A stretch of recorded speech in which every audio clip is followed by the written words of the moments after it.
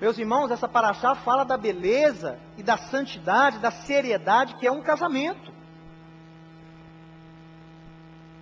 Se vocês sabem, a partir dos anos 70, a instituição do casamento está em declínio. Hoje em dia, países da Europa já não veem o casamento, o matrimônio, como nossos pais viram.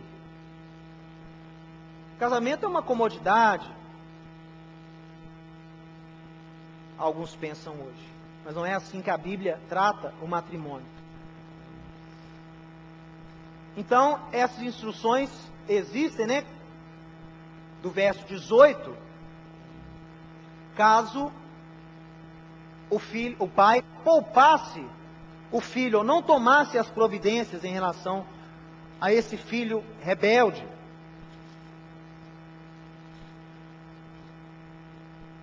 No verso 18 ao 21 fala desse filho contumaz, que é aqui o que está escrito, mas que em hebraico é sorer. Por isso que eu disse para vocês, a rebeldia aí não é só uma desobediência. O sorer é a pessoa que declara guerra ao próprio Deus. Ele afronta com audácia o próprio Deus na frente dos seus pais, na frente da comunidade.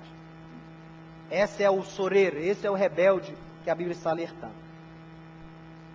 E se mesmo assim o pai não tratasse desse problema do filho, aí Deus continua prescrevendo o que a pessoa ia fazer. Gente, a sabedoria de Deus é fascinante. Ele começa instruindo, tentando te convencer a não tomar mulher estranha, não entrar em julgo desigual. E depois ele só vai te instruindo sobre as consequências que você vai ter.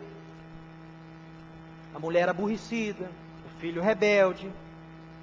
E aí ele chega aqui no ponto onde o quê? Não se tomou providências com relação a esse menino, e ele acabou entrando nessa situação de blasfêmia. Então aqui são mandamentos em relação ao maldito, aquele que era pendurado na árvore, pendurado no madeiro, enforcado. Esse que era pendurado no madeiro, era maldito da parte de Deus. Klalat Elohim seria esse sujeito. Maldito de Deus. Essa expressão Klalá,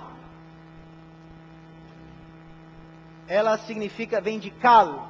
Kal em hebraico é leve, vazio. Klalat Adonai é aquele que é vazio de Deus, é o maldito. Por isso, meu irmão, que quando eu penso no sacrifício de Yeshua, quando Paulo, lá em Gálatas, compara Yeshua com esse sujeito aí, com esse filho rebelde, que foi pendurado no madeiro e foi feito maldito, e essa palavra maldito significa esvaído de Deus, eu entendo as lágrimas que Yeshua derramou lá no Getsemane, antes de assumir esse papel. Você voluntariamente optar, se tornar vazio de Deus por nós. E Yeshua sentiu esse vazio, sentiu esse clalat, sentiu esse sendo esvaído, quando ele declarou: meu pai, por que me abandonaste? Não é que Deus havia o abandonado, mas a posição de maldição que ele escolheu, que ele optou, era necessário durante aquele momento uma abstenção total de Deus. Para ele se tornar uma verdadeira maldição, como o texto Deuteronômio prescreve, ele tinha que ser vazio, totalmente de Deus. E ele foi. E ele visualizou isso, e ele enxergou a dor que isso seria, mas mesmo assim ele aceitou. Ele se fez maldição, se fez vazio do próprio Pai, por mim e por você.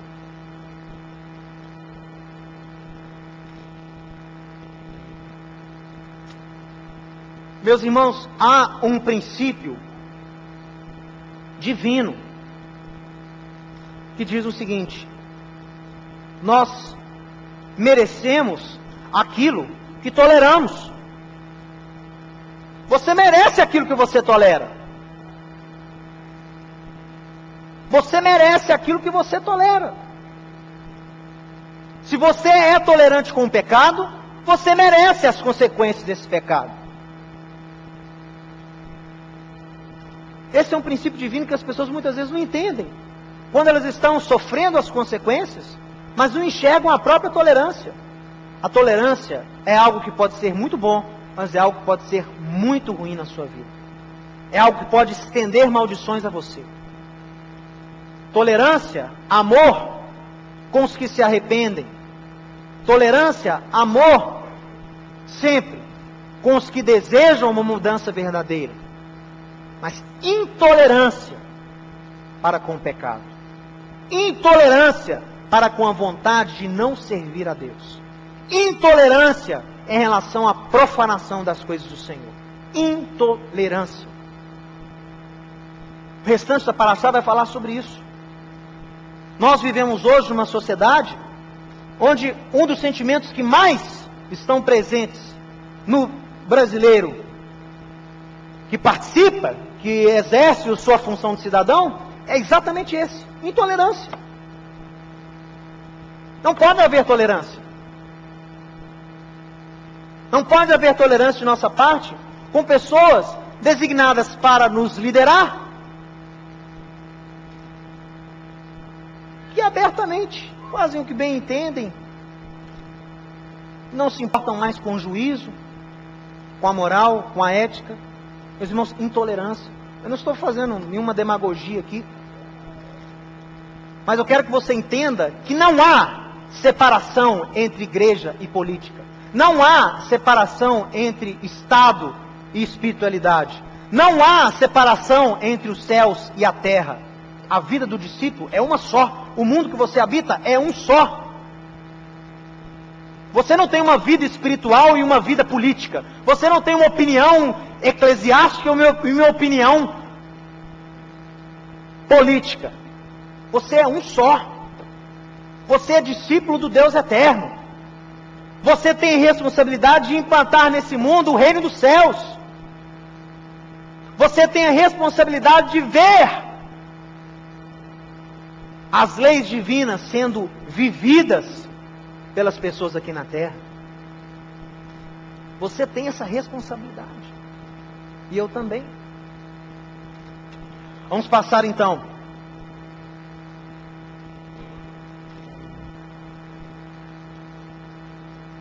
A partir do verso 22, nós temos então o texto que fala sobre essa maldição daquele que foi colocado no madeiro. Depois do capítulo 22, nós temos leis de auxílio ao nosso próximo, auxílio ao nosso irmão. Meus irmãos, se eu pudesse dar um título a esse capítulo 22, eu chamaria de responsabilidade social. A moral desse capítulo, desses versículos é: não ignore, não finja que a dificuldade do seu próximo não exista. Foi até um texto mal traduzido na João Ferreira de Almeida, mesmo sendo revista, que ele diz assim no verso 1 do capítulo 22: vendo extraviado o boi ou a ovelha do teu irmão, não te furtarás a eles, restituí-los-ás sem falta a teu irmão. Esse não te furtarás aqui, significa no original, não finja que você não está vendo. E o que a Torá está falando aqui não é do boi fisicamente, não é da ovelha fisicamente, são de problemas enfrentados pelo próximo, pessoas que estão próximas a você, problemas de próximo, de pessoas que estão próximas a você, que por um motivo ou outro chegam até você. Você está lá andando pelo seu caminho, aí você vê lá o boi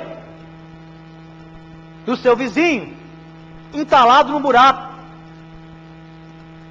Isso é uma alegoria.